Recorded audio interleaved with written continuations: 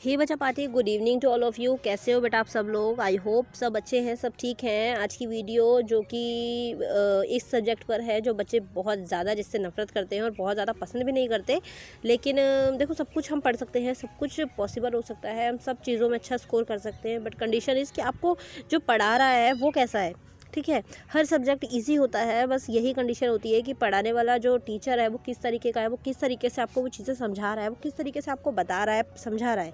ठीक है, for example अगर स्कूल में मैथ्स का टीचर होता है तो कई स्कूल्स ऐसे होते हैं जहाँ पर मैथ्स कोई बच्चे एंजॉय करते हुए पढ़ते हैं, है ना। और कई जगह पर ऐसा होता है कि बच्चे जो हैं मैथ्स के नाम से डरते हैं कि अरे यार मैथ वाले मैम, मैथ वाले सर आ रहे हैं, अब तो छुट्टी कर लेनी चाहिए थी हमें, या फिर वो छुट्टी पर क्यों नहीं है, मतलब पसंद नहीं करते।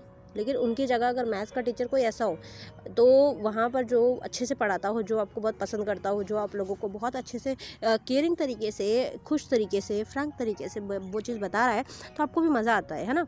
जो टीचर को हम पसंद करते हैं वो अगर छुट्टी पे हो जाए तो हमें दुख होता है कि अरे वो वाले टीचर क्यों नहीं आए आज। और अगर बाई चांस वो टीचर अगर छुट्टी पे हो जाए जिसको आप पसंद नहीं करते, तो आप तो फिर खुशियाँ मनाने लग जाते हो, लड्डू बांटने लग जाते हो क्लास में। होता है कि नहीं ऐसे?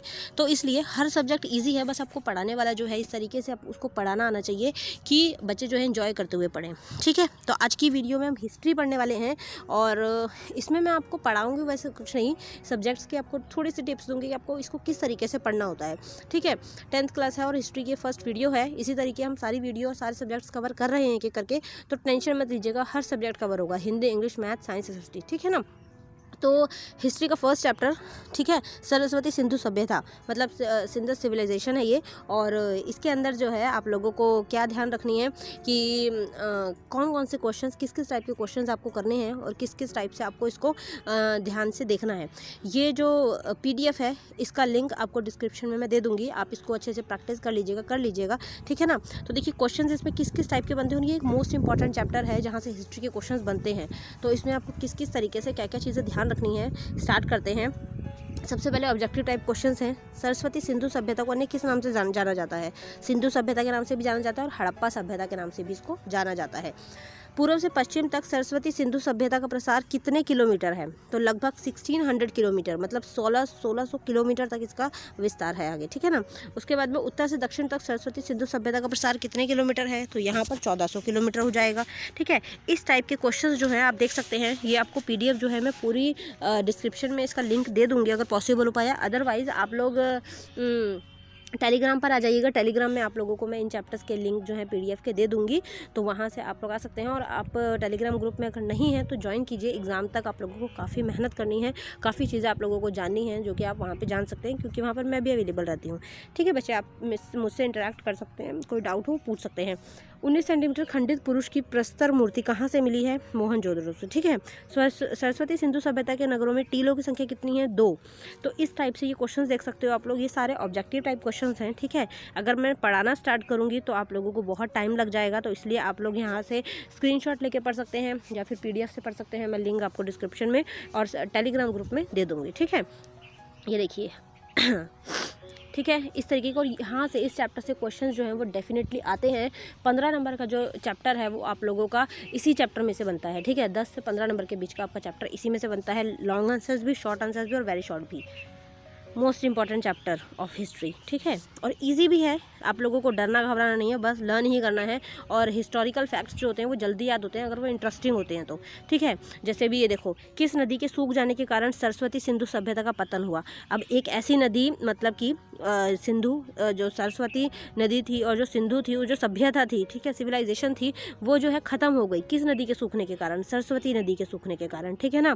तो सरस्वती नदी जो है वो अब लुप्त हो चुकी है, जिसको कहते हैं, अभी भी जो साइंटिस्ट हैं वो उसको ढूंढ रहे हैं और उसको खोज रहे हैं, तो कहीं कहीं उसके साक्ष्य मिल रहे हैं, लेकिन वो अभी लुप्त है। ठीक है ना।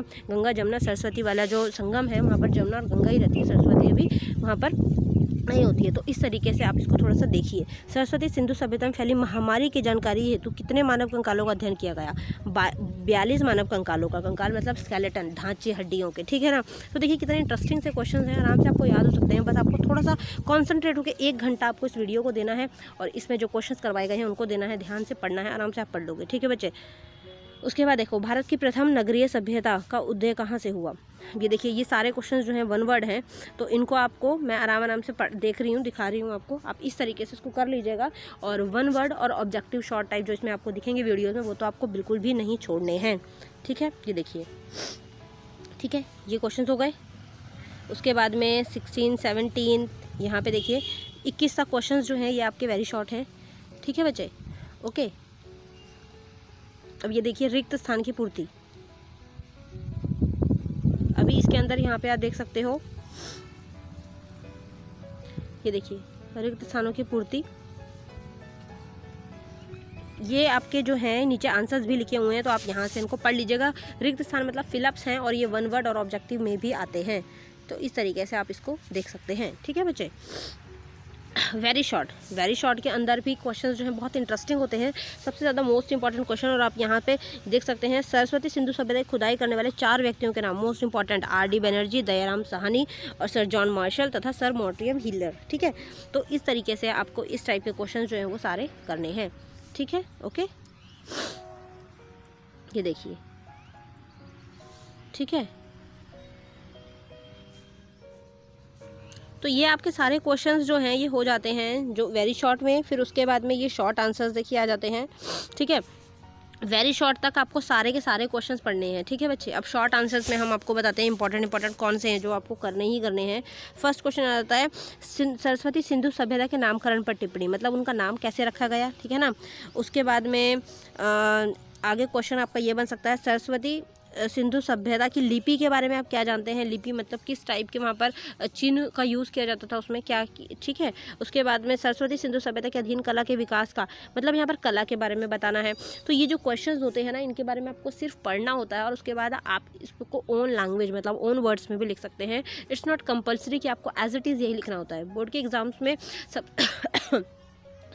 बोर्ड के एग्जाम्स में सिर्फ यही देखा जाता है कि बच्चा किस तरीके से लिख रहा है, कितना लिख रहा है, और उसको इसके बारे में कुछ अता पता है या नहीं है, ठीक है ना। तो आपको ये क्वेश्चन सिर्फ पढ़ने हैं, माइंड से निकालने हैं, और डेट्स वगैरह अगर याद नहीं भी होती इट्स ओके, मत लिखो, कोई बात नहीं, लेकिन आपको एटलीस्ट उस क्वेश्चन के आंसर्स के बारे में ABCD पता होनी चाहिए, ठीक है। अब ये देखिए, सरस्वती सभ्यता के जो लोगों के जीवन थे, योग का महत्व, उसमें योग का महत्व जो है वो क्या था, ठीक है, किस तरीके से, तो वो चीज़ आपको यहाँ पर देखने बनती है। उसके बाद में आगे अगर हम देखें, वेट हाँ, उसके बाद अगर हम देखेंगे तो मोहनजोदड़ो में किस प्रकार की मोहरें मिलती हैं, ये भी मोस्ट इंपॉर्टेंट क्वेश्चन है। किस प्रकार की मोहरें जो है वहाँ पर मिली हैं, ये देखिए, ठीक है। इसके अंदर आप इसको पढ़ लेंगे अगर, तो आपके दिमाग में ये चीज़ होंगी कि हाँ इस तरीके के क्वेश्चंस जो थे वो इसके अंदर थे और हमें ये पढ़ने ही हैं। उसके बाद में सरस्वती सिंधु सभ्यता के नगर की प्रमुख विशेषताएँ। अब ये क्वेश्चन अगर आ जाता है, इतना ईजी है, लेकिन अब आप लोग ये बड़े बड़े देख के ना आप लोग डर जाते हो कि इतने बड़े, ये तो बहुत ज़्यादा मुश्किल है, इतना बड़ा हम कैसे याद करें। आप उसको एक बार पढ़ के तो देखिए। सरस्वती सिंधु सभ्यता की प्रथम विशेषता यह है कि यह नगर नदी के किनारे बसा हुआ था। अब इसमें याद करने वाला क्या है, अगर आप किसी सिटी में रहते हैं, आपको सिटी के बारे में अगर लिखना है तो आप आराम से लिख सकते हैं, है ना। अगर आप हरियाणा में कहीं पे रह रहे हो, अगर आप गुड़गांव के हो, अगर आप फरीदाबाद के हो, अगर आप अम्बाला के हो, अगर आप पंचकुला के हो, तो आप अपनी सिटी के बारे में आराम से लिख सकते हो। तो ये वही चीज़ें हैं सारी, और इसके बारे में आपको धीरे धीरे नॉर्मल आपको पढ़ना है और लिख देना है, सिंपल। सरस्वती सिंधु सभ्यता के कलात्मक विशेषताएं, मतलब यहाँ पर क्या क्या चीज़ें सुंदर सुंदर क्रिएटिविटी हो रखी थी उसके बारे में है, ठीक है, ओके। अब यहाँ आ जाते हैं लॉन्ग क्वेश्चंस के बारे में।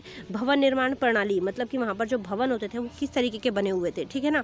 वो है आवासीय मकान होते थे, विशाल भवन, सार्वजनिक स्नानागार, अन्नागार, जलाशय तथा डॉकयार्ड, इस टाइप के हैं। और ये बहुत बड़ा है कहने को, लेकिन आप इसको जब पढ़ेंगे ना तो आप इसको ओन वर्ड्स बना के लिखिए आराम से, 1 पेज 1.5 पेज का, कोई भी प्रॉब्लम नहीं है। बस पॉइंट्स याद कर लेना, अंदर जो मर्जी घुसाओ, टीचर नहीं देखता है कि आपने क्या लिखा है, ठीक है बेटा। सरस्वती सिंधु सभ्यता के शिल्प उत्पादों का लेख, शिल्प जो थे वहाँ पर जो क्राफ्ट करते थे, मतलब कि जो आपकी क्राफ्टमैनशिप होती थी वहाँ पर क्या क्या बनाया जाता था। धातु का मनके बनाते थे, पाषाण उद्योग होता था, सीपी उद्योग होता था, कताई बुनाई होती थी। अब आपके पॉइंट्स अगर याद रख लेते हो, आप पॉइंट्स को हाईलाइट करो, सुंदर सुंदर पेन से अंडरलाइन करो, और उसके बाद आगे का अंदर का उसके अंदर बना के लिख दो कि ये चीज़ें हुआ करती थी, ठीक है, ओके। उसके बाद में मिट्टी के बर्तन, ईंटें बनाते थे। आगे, सरस्वती सिंधु सभ्यता के लोगों का सामाजिक और धार्मिक जीवन कैसा था। देखिए ये क्वेश्चन भी आप बना के लिख सकते हो। सिर्फ आपको पढ़ने से मतलब होना चाहिए कि इसके अंदर लिखा क्या है, इसके बारे में क्या है।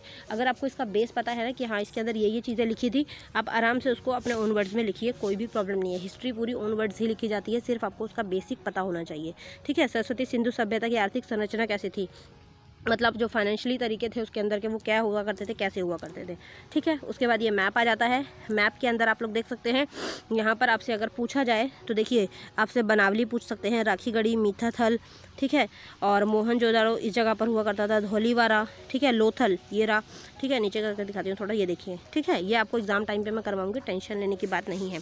तो आई होप आपको ये वीडियो समझ आएगी, और इसका लिंक जो है डिस्क्रिप्शन में मिल जाएगा, टेलीग्राम पे भी मिल जाएगा, तो टेंशन लेने की बात नहीं है। इसको अच्छे से चैप्टर को कवर कीजिए और पूरा पढ़ने की कोशिश कीजिए, लर्न करने की कोशिश कीजिए, ठीक है। टारगेट हमारा अच्छे नंबर लेकर आना है, तो बिल्कुल भी ढील नहीं बरतनी है, ठीक है। ओके, चलिए, thank you so much for watching, bye bye.